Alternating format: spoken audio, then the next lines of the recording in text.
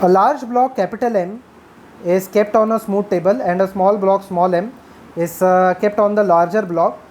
Okay, so with what acceleration the capital M should be moved such that the smaller block remains stationary relative to the larger block. Now first of all, before we go into that part, let us mark out the forces. For the larger block, I can say that there will be a normal force N1 when it is in contact with the table. There will be mg, capital Mg in the downward direction, that is its own weight. There will be a normal force due to the smaller block.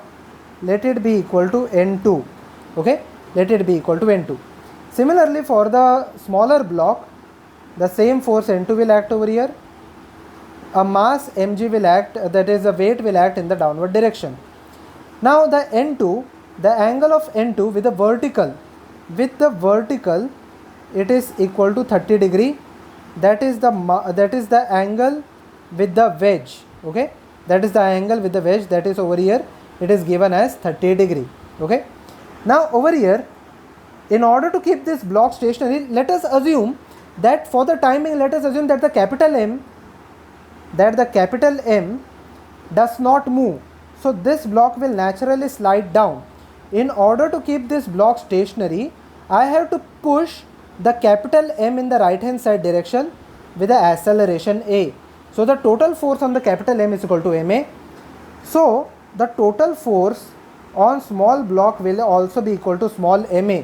Now if you ask why is the total force on the small block is equal to ma, that is the acceleration of the smaller block and the larger block remains stationary. Why is it same? So basically the fundamental says that the small block should remain stationary with respect to the capital block. इसका मतलब है only if the smaller block, that is the small block, and the large block, if both of them have the same acceleration, only if both of them have the same acceleration, then only both of them will be stationary with respect to each other. Okay, that is why the smaller block and the larger block will have the same acceleration. After this the sum is quite easy. I will write down the forces. I will mark out the forces for the smaller block.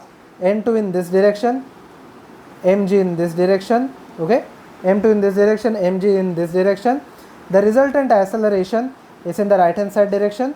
So we have to resolve the forces in this direction.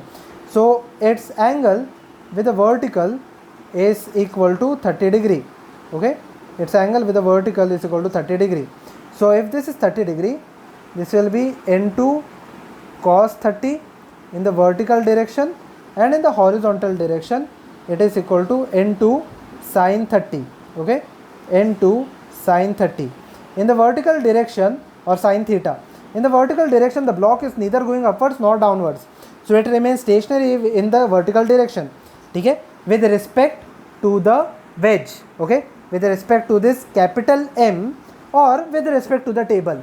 अगर आप with respect to the table लोगे या capital M लोगे, कुछ फर्क नहीं पड़ेगा. with respect to both of them, vertically तो वो stationary ही है. So I can say that the total upward force, that is N2 cos 30, is equal to total downward force, which is equal to mg. Okay, let this be the first equation. In the horizontal direction, the resultant force is ma in the right hand side direction. There is only one force which is acting in the right hand side direction, that is N2 sin theta or N2 sin 30.